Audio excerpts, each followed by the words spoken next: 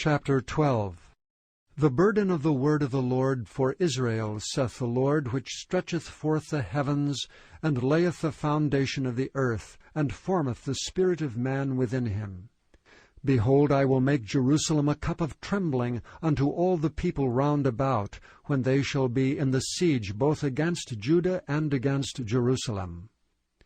And in that day will I make Jerusalem a burdensome stone for all people.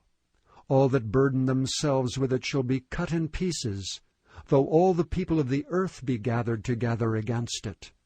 In that day, saith the Lord, I will smite every horse with astonishment, and his rider with madness. And I will open mine eyes upon the house of Judah, and will smite every horse of the people with blindness. And the governors of Judah shall say in their heart, The inhabitants of Jerusalem shall be my strength in the Lord of hosts their God. In that day will I make the governors of Judah like an hearth of fire among the wood, and they a torch of fire in a sheaf. And they shall devour all the people round about, on the right hand and on the left. And Jerusalem shall be inhabited again in her own place, even in Jerusalem. And the Lord also shall save the tents of Judah first, that the glory of the house of David and the glory of the inhabitants of Jerusalem do not magnify themselves against Judah.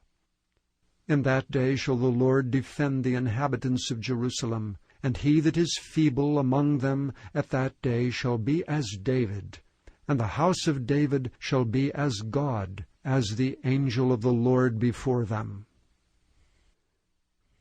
And it shall come to pass in that day that I will seek to destroy all the nations that come against Jerusalem.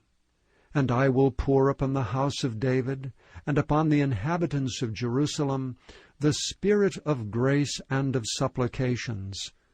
And they shall look upon me whom they have pierced, and they shall mourn for him, as one mourneth for his only son, and shall be in bitterness for him, as one that is in bitterness for his firstborn.